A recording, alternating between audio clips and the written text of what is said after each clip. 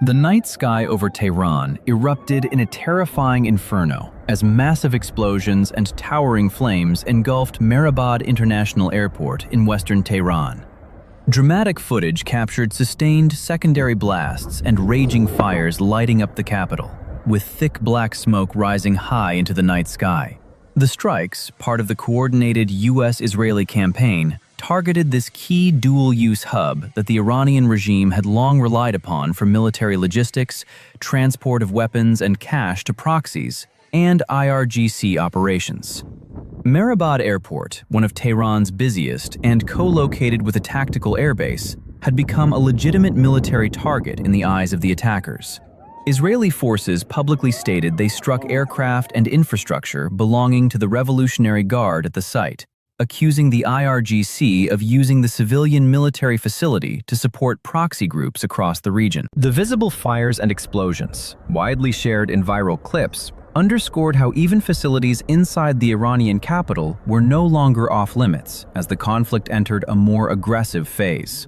This latest development did not occur in isolation. It formed part of a sustained multi-domain offensive that had already seen significant tactical shifts.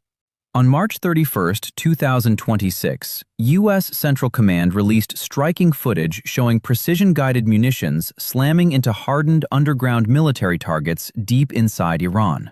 The videos revealed bright flashes followed by collapsing structures and powerful secondary detonations, confirming that even deeply buried facilities, once considered relatively safe, were being systematically degraded. These strikes aimed to further limit Iran's ability to store, maintain, and launch missiles and drones capable of projecting power beyond its borders. At the same moment, the campaign evolved in dramatic fashion on the ground and in the air. Senior U.S. military officials, including Joint Chiefs Chairman General Dan Kane, announced that B-52 Stratofortress bombers had begun conducting overland missions inside Iranian territory. With Iranian air defenses heavily suppressed after weeks of intense strikes, these iconic, lumbering heavy bombers, some more than 70 years old, could now loiter over the battlefield.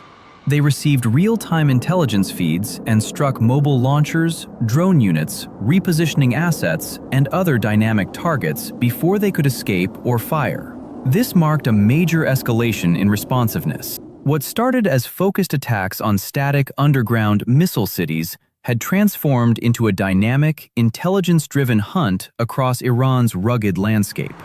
Compounding the unrelenting aerial pressure was a clear naval escalation. On the same day, March 31, 2026, the massive USS George H.W. Bush, a Nimitz-class aircraft carrier, departed Naval Station Norfolk, Virginia. Escorted by Arleigh Burke-class destroyers, the carrier and its strike group, more than 6,000 sailors strong, steamed toward the Middle East.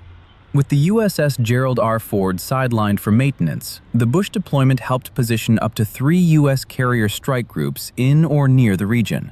It brought advanced strike fighters, electronic warfare aircraft, and a visible deterrent capable of projecting overwhelming power across the Persian Gulf, while safeguarding critical shipping lanes against any Iranian attempt to disrupt traffic through the Strait of Hormuz. Iran's long-standing strategy of survivability was being severely tested on multiple fronts. For decades, the regime had invested enormous resources in underground complexes carved into mountains, highly mobile missile and drone systems, and dual-use infrastructure like airports precisely to withstand superior air power. Yet the combination of penetrating strikes on buried targets, real-time B-52 hunts against moving assets, and now direct hits on strategic hubs such as Mehrabad was closing those protective gaps one by one. Missile and drone launches had become increasingly sporadic and far less effective than in the opening phases of Operation Epic Fury. Reports indicated growing logistical strain and reduced coordination within IRGC aerospace force units, as constant surveillance made repositioning surviving assets extremely difficult. The Institute for the Study of War and open-source analysts have tracked the systematic nature of this degradation. Key production facilities at Kojir, Shahrud, Parchin, and Hakimiya had already suffered crippling damage, severely limiting Iran's ability to replenish its missile and drone inventory. The shift to real-time targeting of mobile threats and infrastructure strikes suggested the combined U.S. Israeli force was determined not only to destroy existing capabilities, but also to prevent any meaningful reconstitution or large-scale retaliation. Iranian state media condemned the attacks as unprovoked aggression, vowing responses while minimizing reported damage and highlighting potential civilian impacts. However, the dramatic footage from Mehrabad, showing planes ablaze and thick smoke visible across western Tehran, along with CENTCOM's underground strike videos, painted a clearer picture of mounting operational challenges for the regime. This multi-domain offensive carried significant global implications. Repeated threats to maritime traffic in the Strait of Hormuz, combined with strikes on energy-related infrastructure, kept oil markets volatile. Brent crude prices had spiked above $100 per barrel during periods of heightened tension, directly affecting gasoline and heating costs for households worldwide and feeding broader inflationary pressures felt from the United States to Europe and Asia. The human dimension remained sobering. While precision munitions were employed to limit collateral damage, the regime's practice of embedding military assets near or within civilian and dual-use areas like Mehrabad Airport increased the complexity and potential costs of every strike. Two broad scenarios now loomed as the operation intensified.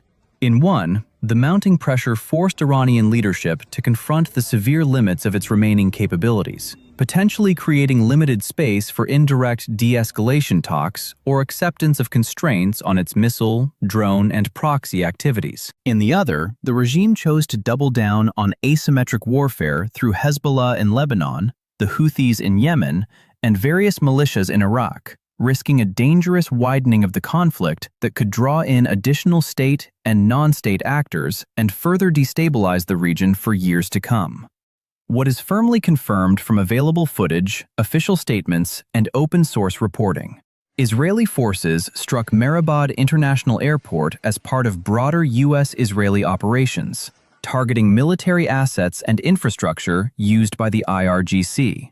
U.S. forces released footage of precision strikes on deep underground targets, began overland B-52 missions to hunt mobile threats, and reinforced the theater with the departure of the USS George H.W. Bush carrier strike group on March 31st. The overarching objective remained the systematic degradation of Iran's ability to threaten its neighbors and project destabilizing power across the Middle East. What remains uncertain includes the full extent of damage at Mehrabad and other struck sites, how effectively Iran can adapt or disperse its remaining mobile and underground assets under constant pressure, the precise timeline and operational impact once the Bush fully integrates into theater operations, and whether the regime will attempt a major escalation that could provoke even stronger responses from the U.S. and Israel. The dramatic videos from Mehrabad Airport showing raging fires and secondary explosions, the CENTCOM footage of underground strikes with collapsing structures, the confirmation of B-52s now operating deeper inside Iran, and the powerful images of the USS George H.W. Bush leaving Norfolk, with sailors manning the rails and families waving goodbye from the pier, leave no doubt about the direction of the campaign. This is not the wind-down of Operation Epic Fury. It is the expansion into a more relentless, multi-domain phase designed to ensure that Iran's secret tunnels, mobile forces, strategic infrastructure, and remaining military hubs cannot recover or regroup effectively. The events playing out in the skies over Tehran, across the Iranian landscape, and in the waters of the Atlantic heading toward the Persian Gulf will shape the balance of power in the Middle East for years to come. Energy security for the world, the stability of global markets, the credibility of international alliances, the risk of wider escalation, and the daily economic realities faced by millions far from the battlefield all hang in the balance as this critical chapter continues to unfold.